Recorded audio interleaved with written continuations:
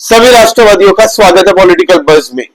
दोस्तों, बिहार विधानसभा चुनावों की तारीख की घोषणा हो चुकी है। अब से थोड़ी देर पहले इलेक्शन कमीशन के जो चीफ है दोस्तों, उन्होंने ये घोषणा करके बताया, ज्ञानेश कुमार जी ने, कि 2 फेजेस में चुनाव होंगे बिहार के अंदर में।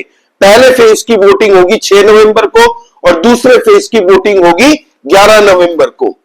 पहले जो फेज होगा दोस्तों, उसमें 121 सीटों पे मतदान होगा और जो दूसरे फेज है 11 नवंबर को, उसमें 122 सीटों पे मतदान होना है, वोटिंग होगी। इसका रिजल्ट दोस्तों जो है, टोटल चुनाव के रिजल्ट 14 तारीख को हमें पता चल जाएगा कि किसकी सरकार बिहार के अंदर में बन रही है। अब दोस्तों, मैंने पिछले वीडियो में आपको बताया था कि महागठबंधन के अंदर में कांग्रेस को लेके क्यों अंडे चलने शुरू हो चुके हैं, लेकिन वहीं आज हम बात करेंगे एनडीए के अंदर में क्या चल रहा है। हमने देखा बिहार के अंदर में एनडीए की तरफ से ज्यादा प्रचार प्रसार अभी तक शुरू नहीं हुआ है। इक्का दुक्का रैली बीजेपी की तरफ से हो जाती है, मोदी जी का दौरा लगा रहता है, अमित शाह जी का भी बिहार के अंदर में दौरा था, थोड़ी बहुत रैली नीतीश कुमार जी इक्का दुक्का बीच बीच में कर ले रहे हैं। लेकिन अब क्योंकि चुनाव के डेट्स की अनाउंस हो चुकी है दोस्तों, घोषणा हो चुकी है, अब आप यकीन मानिए कि एनडीए पूरी ताकत झोंक देगा इस आने वाले 1 महीने के अंदर में। पूरे बिहार के अंदर में जो चुनाव का माहौल बना हुआ है अब तक, वो सिर्फ और सिर्फ ज्यादातर हमें महागठबंधन की तरफ से प्रचार प्रसार देखने को मिल रहा है। फिर वो चाहे वोटर अधिकार यात्रा हो, फिर तेजस्वी यादव जिस तरीके से अलग अलग जाके रैलियां कर रहे हैं, अभी कुछ दिन पहले उन्होंने बिहार अधिकार यात्रा भी की थी। लेकिन अब क्योंकि एनडीए पूरी ताकत झोंक दे देगा दोस्तों, अपने जितने भी स्टार कैंपेनर्स हैं उन सबको एक ही साथ में एक ही दिन में अलग अलग जगहों पे उतारेगा। जदयू पूरी तरह से दोस्तों फोर्स अपनी झोंकेगा, चिराग पासवान की पार्टी अपनी ताकत झोंक देगी, फिर जीतन राम मांझी, तो पूरे एनडीए एक साथ मिलके अब प्रचार प्रसार में जुट जाएगा। बीजेपी के अंदर में मतभेद था दोस्तों, थोड़ा बहुत साइलेंट अंदर ही अंदर कहा जा रहा था। बिहार के अंदर में 2 ग्रुप बन चुके हैं। हालांकि अमित शाह जी ने जो अभी दौरा किया था रिसेंटली, ये कह दिया था बीजेपी के सारे कार्यकर्ताओं को, तुम्हारे आपस में नहीं बनती है, इससे पार्टी को नुकसान नहीं होना चाहिए, मिलकर काम करना पड़ेगा। तो अब बिहार के अंदर में बीजेपी की जो यूनिट थी वो पूरी तरह से इकट्ठा तो हो गई है भाई, और वो लोग ने ऑलरेडी ग्राउंड में जा जाके, गांव गांव जा जाके वो लोग अपना काम कर रहे हैं साइलेंटली। हालांकि जब बात है रैली की, तो हमें देखने को मिलेगा कि अब बीजेपी 2-3 दिन के अंदर में ही एनडीए की तरफ से सीट शेयरिंग का फॉर्मूला बता दिया जाएगा जनता को। 2 से 3 दिनों के अंदर में हम एक्सपेक्ट कर सकते हैं कि बीजेपी अपनी सीट शेयरिंग, कौन सी पार्टी कितने में चुनाव लड़ेगी, ये बता देगी। वही अगर बात करें महागठबंधन की, तो महागठबंधन की तरफ से भाई बड़ा ही डाउटफुल चल रहा है। सीपीआई और सीपीआईएम दोनों लग चुके हैं इस वक्त, ये कहते हुए कि भाई जल्दी से जल्दी सीट शेयरिंग की घोषणा करो ताकि हम अपने कैंडिडेट्स को फील्ड करें और ग्राउंड पे प्रचार प्रसार करें। और वहीं पे अगर बीजेपी की बात करें, एनडीए की बात करें, तो एनडीए की तरफ से मोटा मोटी तय है। हो सकता है जीतन राम मांझी जी को 10 सीटों से ज्यादा ना मिले, क्योंकि उनको 7-8 सीट ऑफर की गई थी। जीतन राम मांझी जी की मांग थी कि 10 से 12 सीट हमें दीजिए, तो मुझे लगता है कि 10 सीटों पे ही उनको दिए जाएंगे। धर्मेंद्र प्रधान जी जो पहुंच चुके हैं बिहार के अंदर में, वो जितने भी एनडीए के बाकी दल है, साथी दल, उनके साथ में भी मुलाकात कर रहे हैं। और धर्मेंद्र प्रधान जी की जो रेशियो है, विनिंग रेशियो, वो 100% है भाई। 2019 के वक्त में जो लोकसभा चुनाव हुए थे बिहार के अंदर में, उसमें बीजेपी के प्रभारी वही थे और पूरी तरह से वाइप आउट कर दिया था बिहार के अंदर में ऑपोजिशन को। धर्मेंद्र प्रधान जी हरियाणा के अंदर में भी प्रभारी थे, चुनाव प्रभारी। हरियाणा में सबने समझ लिया था कि भाई हम चुनाव हारेगी बीजेपी, लेकिन धर्मेंद्र प्रधान जी ने ग्राउंड पे रह के जो काम किया है वो रिजल्ट्स में हमें दिखा। तीसरी बार सरकार बनी है उनकी। उड़ीसा, जहां पे बीजेपी की कभी सरकार ही नहीं रही भाई, कभी नहीं बीजेपी वहां पे जीती है, वहां पे भाजपा की सरकार बनाने के आर्किटेक्ट धर्मेंद्र प्रधान जी ही थे, वहां पे चुनाव प्रभारी धर्मेंद्र प्रधान जी थे। तो अब क्योंकि बीजेपी ने उनको बहुत बड़ी रिस्पॉन्सिबिलिटी दी है बिहार के अंदर में, एक सोशल इंजीनियरिंग करके अपनी चुनावी स्ट्रेटेजी के साथ में किस तरीके से कार्यकर्ताओं से काम निकलवाना है, जुड़ना है, लोगों से जुड़ना है, किस तरीके से चुनाव लड़ेंगे, ये पूरी स्ट्रेटेजी करने का पावर दिया है धर्मेंद्र प्रधान जी को। अब कहां कहां पे रैली करनी है, बीजेपी के कौन से नेता कहां पे रैली करेंगे, ये सब स्ट्रेटेजाइज धर्मेंद्र प्रधान जी ही करेंगे। कहां पे बीजेपी की रैली की जरूरत है, कहां पे पद यात्रा करवानी है, तो हर एक व्यक्ति इस वक्त में जिम्मेदारी लेते हुए काम करने पे लगेंगे। और जैसे ही एनडीए की तरफ से प्रचार प्रसार आएगा, आप देखिएगा महागठबंधन की बात ही नहीं होगी, टीवी चैनल से भी उनको गायब कर दिया जाएगा, क्योंकि पूरी तरह से लाइमलाइट में एनडीए ही आएंगे। फिर एक ही दिन में 7-8 अलग अलग जगहों पे दोस्तों बीजेपी के स्टार कैंपेनर्स प्रचार करेंगे। फिर नरेंद्र मोदी जी का दौरा होगा, अमित शाह जी का दौरा होगा, नीतीश कुमार जी खुद रैली करेंगे, चिराग पासवान करेंगे, जीतन राम मांझी जी करेंगे। तो आप यकीन मानिए महागठबंधन का अभी जो थोड़ा ग्राफ आपको दिख रहा है ना, वो गायब हो जाएगा, वो ग्राफ गिरता नजर आएगा आपको। महागठबंधन की तरफ से अभी खाली दो ही फोकस है इस वक्त में, एक है दलित वोटरों पे और दूसरा है दोस्तों मुस्लिम वोट बैंक पे। मुस्लिम वोट बैंक को लेके भी इनके बीच में आपसी लड़ाई चल रही है कि भाई मुस्लिम इलाकों में जहां पे मुस्लिम की बहुसंख्यक है, वहां पे कौन सी पार्टी चुनाव लड़ेगी, क्योंकि पिछली बार राजद ने खुद लड़ा था वहां से। अगर वो इस बार कांग्रेस को वहां से लड़वाती है तो मुस्लिम वोट बैंक राजद से शिफ्ट होकर कांग्रेस में चले जाएंगे। भले ही आज साथ में है ये लोग, लेकिन कल को अगर कांग्रेस अलग लड़ेगी आने वाले 2 साल 3 साल 5 साल बाद जब फिर से चुनाव होंगे, अगर बाद में फिर अकेले चुनाव लड़ेगी तो ये मुस्लिम फिर से उनके साथ चले जाएंगे। लेकिन वहीं पे अगर हम देखें एनडीए की, तो एनडीए के वोटर्स बड़े ही इंटैक्ट रहते हैं भाई। वो नाराज भी हुए तो एनडीए को या तो वोट नहीं देंगे, और देंगे तो एनडीए को ही देंगे। वो क्योंकि आइडियोलॉजी के साथ में वोट देते हैं, वो इसलिए वोट नहीं देते कि भाई 2 रुपये भी पेट्रोल का दाम सस्ता हुआ या महंगा हुआ।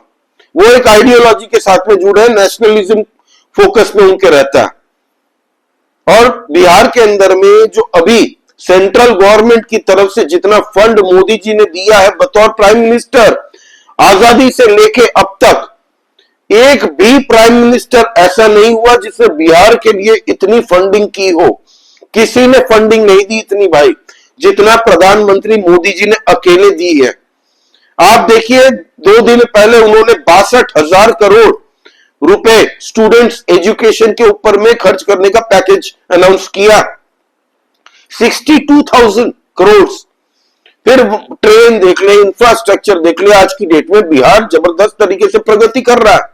मैंने आपको आंकड़ा भी दिया था कि 2016 से लेकर 2020 तक बिहार के अंदर में 1200 कंपनीज थी जिन्होंने इन्वेस्ट किया था बिहार के अंदर में, और जो फिगर था वो 13,000 करोड़ रुपए का था।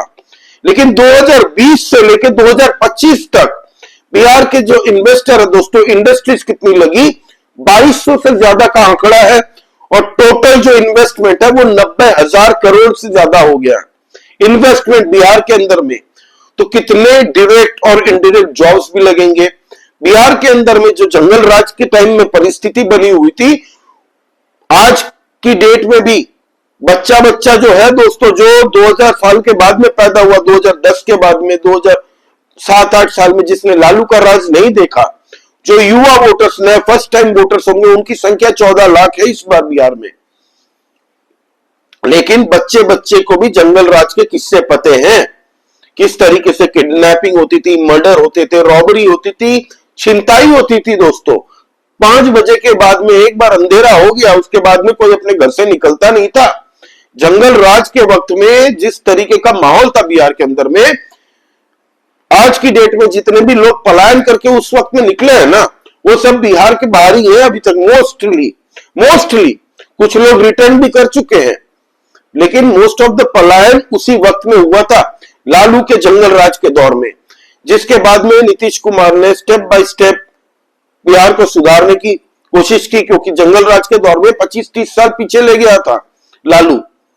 और उसकी 9वीं फेल जो तेजस्वी यादव है, उसके ऊपर जिंदगी भर आजीवन जब तक तेजस्वी यादव जिंदा है और चुनाव लड़ेंगे, एक धब्बा तो रहेगा कि ये जंगल राज के टार्जन की औलाद है। और इनकी पार्टी ने क्या क्या किया है बिहार के अंदर में, आज भी लोग खौफ खाते हैं। और ये एक मेजर रीजन है जहां पे लोग नीतीश कुमार और बीजेपी एनडीए को वोट देते हैं मोस्टली। प्लस इस बार महिला वोट वोटर्स हमेशा इंपॉर्टेंट है दोस्तों। 3.5 करोड़ से ज्यादा महिला वोटर्स है। टोटल वोटरों की संख्या जो है बिहार के अंदर में वो 7 करोड़ 42 लाख है, 7 करोड़ 42 लाख। और जो महिला वोटर है दोस्तों वो मोस्टली मोदी और नीतीश को ही देखने हैं, उसमें कोई कॉम्प्रोमाइज नहीं कर रहे हैं, क्योंकि जिस तरीके से नीतीश कुमार ने शराबबंदी की उसलिए एक फैक्टर वो है। दूसरा, मोदी जी की जो महिलाओं के लिए जो स्कीम्स है वो महिलाओं को मिल रही है। शासन प्रशासन तो फैक्टर है ही, लेकिन जो अभी 75 लाख महिलाओं को मोदी जी ने 10-10 हजार रुपए उनके खाते में डाले हैं स्वरोजगार योजना के तहत में। वहीं 2 दिन पहले आई थिंक 3 तारीख को, इसी 3 तारीख को नीतीश कुमार जी ने मुख्यमंत्री रोजगार योजना के तहत में 25 लाख महिलाओं के खाते में 10-10 हजार रुपए डाले हैं। प्लस 3 साल के अंदर में मोदी जी ने सेंट्रल गवर्नमेंट की स्कीम्स, प्रधानमंत्री आवास योजना के तहत में 56 लाख फैमिलियों को दोस्तों आवास दिलवाए, घर दिलवाए हैं। 56 लाख फैमिली, सोचिए हर फैमिली में मान के चलिए 3 जन रहते हैं, 2 वोटर तो होंगे, 2 वोटर, मैं कम से कम पकड़ के चल रहा हूं, 2 वोटर। चलिए 56 लाख में से 40 लाख उनके वोटर मिनिमम होंगे, चलिए ठीक है, तो भी 80 लाख वोटर यहां पे हैं। प्लस आपको पता है कि जहां पे महिलाओं का मूड होता है उनकी फैमिली का भी मूड मोस्टली वहीं पे होता है। मोस्टली बहुत ही रेयर में देखने को मिलेगा कि पत्नी इस पार्टी को वोट दे रही है, पति इस पार्टी को दे रहा है, क्योंकि लोगों ने अपना माइंडसेट पहले से बना के रखा होता है। और जहां पे महिलाओं का रुझान होता है, आप मान के चलिए कि चुनाव वहां पे वन साइडेड हो जाता है फिर। तो ये एक फैक्टर एनडीए के साथ में है। प्लस बिहार के अंदर में बहुत सारी पार्टियां हैं दोस्तों, और इन सब पार्टियों का, छोटे से छोटी पार्टियों का भी अपना वोट बैंक है। फिर वो जातियों के नाम पे हो दोस्तों, अपने इलाके में पॉपुलैरिटी के बेस हो, अलग अलग रीजन से उनके अपने अपने बेसिस है। तो जब बाकी अलग अलग 6-7 पार्टियां मिलके, 5 पार्टियां मिलके जब एक फॉर्म करती है तब एनडीए बनता है। और वहीं पे महागठबंधन के अंदर में भी 6-7 पार्टियां, 7 पार्टियां, इस बार जेएमएम भी चुनाव लड़ेगा, उनकी पार्टी से पशुपति पारस भी लड़ेंगे महागठबंधन से। तो खिचड़ी है बिहार के अंदर में। बिहार के अंदर में ओपिनियन पोल, एग्जिट पोल, ये सब करना आसान नहीं है भाई। छोटे से छोटा फैक्टर भी मैटर करता है वहां पे।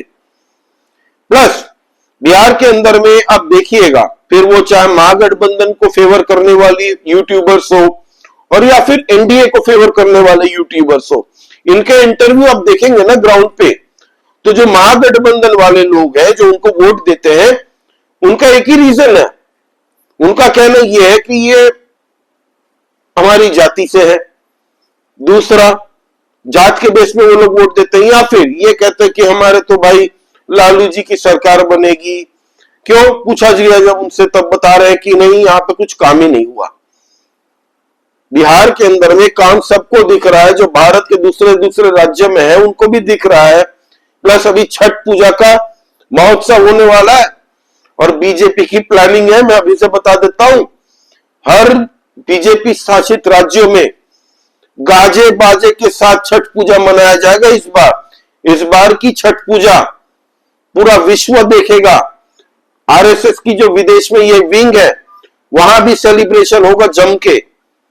देश और विदेश के अंदर में छठ पूजा का सेलिब्रेशन जबरदस्त तरीके से सेलिब्रेट करने के प्लान में है बीजेपी। आप देखिए दिल्ली के अंदर में बहुत बड़ा इंपैक्ट पड़ेगा, क्योंकि दिल्ली में होता है तो पूरे इंडिया की मीडिया दिखाने पर मजबूर हो जाती है। कहीं असम में हो गया या गुजरात में हुआ तो नेशनलाइज्ड चैनल्स नहीं दिखाती मोस्टली, क्योंकि ये सब नोएडा में एसी ऑफिस में बैठ के ऑपरेट करते हैं। एनसीआर में ही यहाँ पे ज्यादा रिपोर्टिंग होती है इनकी। तो ये चल रहा है अभी, क्योंकि बिहार के अंदर में चुनाव है तो अभी सब पहुंचे हुए हैं बिहार के अंदर में। लेकिन बिहार का चुनाव बड़ा ही इंटरेस्टिंग होने वाला है। बात कर ले थोड़ी सी पीके फैक्टर। प्रशांत किशोर की जो पार्टी है दोस्तों, अभी प्रशांत किशोर का एक इंटरव्यू देख रहा था जिसमें उसने कहा कि या तो मुझे 10 से कम सीटें मिलेंगी या फिर हम 150 सीटें ले जाएंगे। भाई साहब ने अपने से ही मान लिया है कि भाई 10 सीट से कम ही मिलनी है इनको। रीजन बताता हूं, 3 साल से वो मेहनत कर रहे हैं बिहार के अंदर में, रैलियों में भीड़ भी जुट रही है, ठीक है, युवाओं को लुभाने की भाई साहब पूरी कोशिश कर रहे हैं, और युवा थोड़े इंप्रेस्ड भी है उससे कि एक फ्रेश आइडियोलॉजी है। लेकिन अभी हाल ही में जो उनके साथ में कंट्रोवर्सी होगी, उनको फंडिंग को लेके सवाल पूछने लग गए बीजेपी वाले, कांग्रेस वाले, राजद वाले, तो इससे एक कंट्रोवर्सी बनी। प्लस दूसरी बात यह है कि प्रशांत किशोर कहीं अगला केजरीवाल तो नहीं है, ये डाउट भी वो लोगों के बीच में है। प्रशांत किशोर ने भी अभी जिस तरीके से सम्राट चौधरी और दूसरे डेप्यूटी चीफ मिनिस्टर पे आरोप लगाए हैं, वहां तो मानहानि का दावा ठोक दिया, केस ठोक दिया प्रशांत किशोर के ऊपर में। तो यही केजरीवाल भी करता था दिल्ली के अंदर में, शीला दीक्षित के खिलाफ 370 पेज की वो खाली किताब लेकर भाषण दे दिया था इसने, और खुद की सरकार बनवा ली थी। आज तक वो सबूत किसी को नहीं पता। उनके एक आम आदमी पार्टी के कलीग ने कहा कि भाई अपने बच्चे की वो खाली किताब थी, वो भाई साहब लेके गाड़ी के ऊपर में चढ़ के हिला रहा था। तो यही लोगों को डाउट दे रहा है कि ये सपने तो नहीं बेच रहा प्रशांत किशोर, कैसे करेगा ये नहीं बता रहा। हम आएंगे तो रोजगार दे देंगे सबको, इंडस्ट्री दे देंगे, जो जॉबलेस है जिनके पास काम नहीं है उनको 10,000 रुपए दे देंगे। ऐसी ऐसी बातें कहां से दोगे भाई, कैसे करोगे, रोड मैप बताओ। बीजेपी और नीतीश कुमार जी की सरकार मतलब एनडीए काम तो कर रही है, लोगों को मिल रहा है, दिख भी रहा है, तो कोई चांस लेना नहीं चाहता बिहार के अंदर में कि भाई प्रगति में बिहार अब आगे बढ़ रहा है तो बिहार को पीछे नहीं ले जाना। अभी भी बिहार के अंदर में बहुत काम करना बाकी है भाई। ऐसे अगर कोई कह देता है कि हम आएंगे 5 साल के अंदर में पूरा बिहार चेंज कर देंगे, तो बकवास कर रहा वो बंदा, बकवास कर रहा। ये एक बड़ा राज्य है भाई बिहार, कोई भी राज्य छोटे से छोटे राज्य को भी बनाने में ना कम से कम 20-25 साल लग जाते हैं भाई। 20-25 साल आप दोगे किसी भी राज्य को, तब जाके विकास दिखता है। बीजेपी की सरकार गुजरात के अंदर में रही 1989 से, तब से बीजेपी की ही सरकार चल रही है। देखिए आज गुजरात कहां पे है, सारी इंडस्ट्रीज वहां पे जा रही है। प्रशांत किशोर बोल रहे हैं कि बिहार के अंदर में इंडस्ट्री नहीं आती, मोदी जी सब गुजरात लेके जाते हैं। भाई जिसको करोड़ों रुपया, 10,000 करोड़ रुपया अगर मुझे कहीं लगाने हो ना बिजनेस इंडस्ट्री करने के लिए, और मेरे पास अगर होते, अगर मुझे लगाने हो 10,000 करोड़, तो मैं 2 चीजें देखूंगा। एक, ईज ऑफ डूइंग बिजनेस कहां पे है, दूसरा कि वहां पे विरोध प्रदर्शन करने वाली कोई पॉलिटिकल पार्टी, क्योंकि अभी अदानी ने जैसे ही वहां पे थर्मल प्लांट का अनाउंसमेंट किया और उसको मिल गया थर्मल प्लांट का कॉन्ट्रैक्ट, तब यही ऑपोजिशन पार्टी वाले भिंडी रोना रो रहे थे, क्या अदानी को ही कैसे मिल गया। ये कांग्रेस वाले पवन खेड़ा मीडिया में बैठ के प्रेस कॉन्फ्रेंस कर रहा था। भाई बिहार के अंदर में अदानी अगर आ गया ना, तो उसको देखा देखी बड़े बड़े बिजनेस इन्वेस्टमेंट करेंगे, बिजनेस हाउसेस। यही गलती ममता बनर्जी ने की थी। टाटा का जब नैनो प्लांट सिंगूर में बन रहा था, धरना प्रदर्शन करके, ड्रामेबाजी करके टाटा को भगा दिया, और यही रीजन है कि बंगाल के अंदर में कोई इन्वेस्ट करता ही नहीं है। और यहां पे राजनीति करने वाली पॉलिटिकल पार्टियां, यही लोग आरोप लगाती है जब कोई इन्वेस्ट करने की कोशिश करता है। 2020 से 2025 तक 90,000 करोड़ रुपए का इन्वेस्टमेंट हुआ है बिहार के अंदर में, ये मैंने आपको बताया है। आप ये न्यूज चैनल में भी आप गूगल करेंगे तो आपको न्यूज मिल जाएगी, ये सब अवेलेबल है पब्लिक फोरम में। तो बिहार आगे तो बढ़ रहा है ना भाई। तो ये चल रहा है दोस्तों इस बार महागठबंधन कहीं पे भी अभी आपको दिख रहा होगा, क्योंकि मीडिया में वही प्रचार प्रसार कर रही है। एक बार एनडीए को सीट शेयरिंग की घोषणा करने दीजिए, फिर देखिए इनकी तरफ से जो प्रचार प्रसार होगा भाई, दिन भर यही चलेगा, सोशल मीडिया हो फिर टीवी चैनल्स हो, और महागठबंधन दिखेगा नहीं कहीं पे। महागठबंधन के अंदर में सुपड़ा साफ हो जाएगा अच्छी अच्छी पार्टियों का। मैं बताऊं तो कांग्रेस पार्टी का सुपड़ा साफ होने जा रहा है, क्योंकि टोटल बिहार में 2020 में 9% का वोट मिला था उनको, 70 में से 19 सीट जीत के आए थे। 125 जीती थी एनडीए और 110 सीटें जीती थी महागठबंधन। तो इस बार एनडीए का प्लान है पूरी तरह से इनको समतल कर दिया जाएगा ऑपोजिशन को बिहार के अंदर में। जो राजद को लोग भूल गए थे और इसी राजद को नीतीश कुमार ने जैसे ही पलड़ा चेंज किया आगे कर दिया था, राजद का ग्राफ फिर से बढ़ गया था। इस बार पूरी तरह से डेमोलिश करने के प्लान है बीजेपी का। खैर प्लान होना और कितना तब्दील होता है ये देखने आने वाले टाइम में पता चलेगा, लेकिन बीजेपी पूरी तरह से तैयारी में है। इन लोगों को जितना प्रचार प्रसार करना था, जितने पैसे खर्च करने थे, सब कर लिया।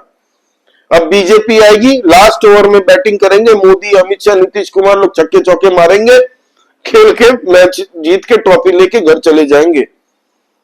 और राहुल गांधी जी को देखिए मस्त विदेश में यात्रा कर रहे हैं। 1 महीने का समय, अगले 6 तारीख को चुनाव की वोटिंग होगी, लेकिन हमारे भाई एकदम मस्त विदेश में, आग लगे बस्ती में, हम अपनी मस्ती में।